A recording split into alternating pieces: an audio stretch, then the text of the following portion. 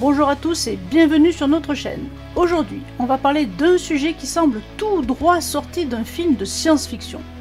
Vous vous souvenez de Frankenstein? Eh bien, oubliez le vieux laboratoire poussiéreux avec les éclairs et les It's Alive d'un docteur un peu timbré. Aujourd'hui, on parle de BrainBridge, la machine qui pourrait bien faire passer Dr Frankenstein pour un amateur. Alors, accrochez-vous, on va parler de têtes décapitées, de robots chirurgicaux et de transplantation.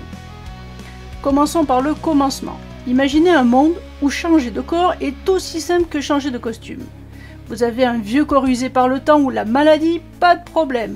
On détache votre tête et on la fixe sur un corps tout neuf. BrainBridge n'est pas juste un concept sorti de l'esprit d'un réalisateur de films d'horreur, c'est un projet bien réel.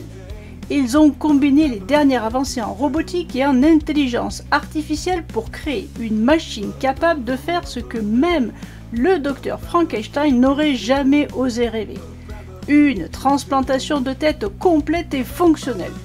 Oui, vous avez bien entendu, on parle de décapitation, de recollage et de renouveau.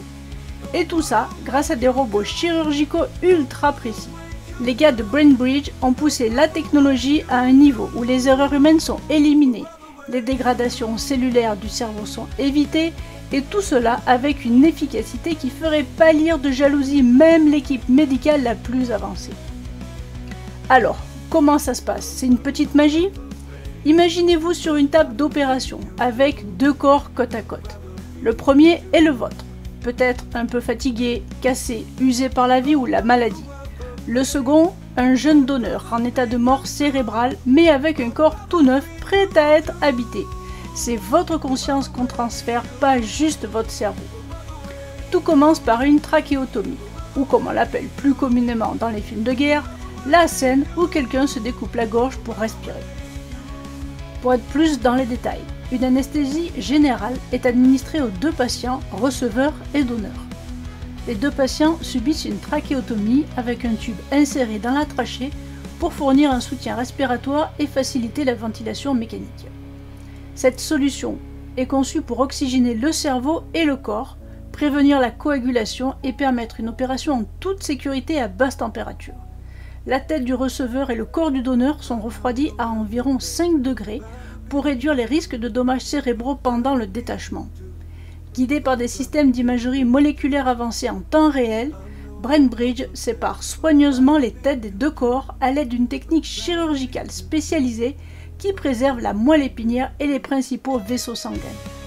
Des incisions profondes sont soigneusement réalisées autour du cou pour exposer les structures nécessaires, y compris les artères carotides et vertébrales, les veines jugulaires et la colonne vertébrale.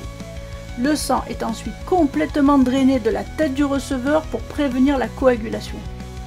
BrainBridge connecte immédiatement la tête détachée au système circulatoire du corps du donneur, ce qui aide à maintenir le flux sanguin pendant le reste de la procédure.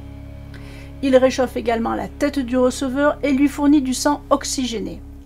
À l'aide de ces instruments chirurgicaux ultra précis, BrainBridge commence à reconnecter la moelle épinière, l'œsophage, la trachée, les nerfs, les vaisseaux sanguins et d'autres tissus. Cette étape facilite la communication entre le cerveau et le nouveau corps. Pour aider à reconnecter les neurones sectionnés, BrainBridge utilise un adhésif chimique propriétaire, le polyéthylène glycol, appliqué localement sur la colonne vertébrale au point de fusion. L'étape suivante de l'opération est une transplantation du visage et du cuir chevelu, où tous les muscles, tissus mous et la peau sont retirés du visage du receveur. Le visage, les muscles et les tissus mous du donneur sont ensuite transplantés avec précision à leur place. Après la chirurgie, le receveur est soigneusement surveillé dans une unité de soins intensifs et il est maintenu dans le coma pendant 4 semaines pour prévenir les mouvements ou les désalignements des parties du corps connectées. À mesure que le processus de récupération avance et que le patient retrouve sa mobilité, il faudra une rééducation intensive, une thérapie physique et un soutien psychologique pour aider le receveur à s'adapter à son nouveau corps et à retrouver ses fonctions motrices. Vous vous souvenez de Robocop? Quand Alex Murphy se réveille avec un nouveau corps tout en métal prêt à nettoyer les rues. Imaginez la même chose, mais au lieu de métal, c'est un corps humain tout neuf. Et si on ajoute un peu de paranoïa complotiste, est-ce que ces corps tout neufs ne pourraient pas venir avec des petits gadgets cachés, genre un tracker GPS ou un logiciel espion? Et puis, parlons un peu des donneurs. Mais qui sont-ils? Des anonymes, des inconnus, peut-être même des volontaires désespérés à la recherche d'argent pour leurs proches. Mais tout n'est pas rose dans ce futur proche. Cette technologie, aussi impressionnante soit-elle, pose des questions éthiques qui feraient dresser les cheveux sur la tête de n'importe quel philosophe ou éthicien. Est-ce qu'on ne joue pas un peu trop à Dieu ici? Avec BrainBridge, on risque de voir une nouvelle forme de vie où la mort n'est plus qu'un petit désagrément temporaire. Une sorte de mise en veille prolongée avant la prochaine mise à jour.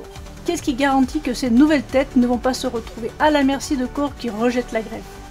Après tout, aujourd'hui, on a encore des rejets de greffe, il serait peut-être plus judicieux d'investir aussi dans les techniques anti-rejet.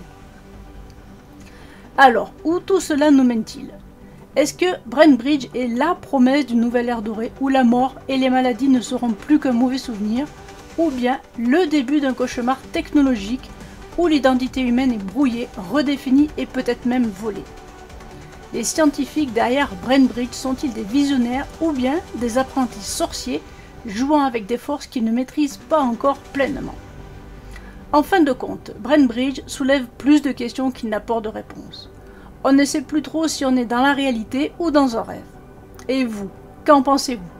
Êtes-vous prêt à tenter l'expérience, à plonger tête baissée dans ce futur où les frontières entre la vie, la mort et la technologie deviennent de plus en plus floues?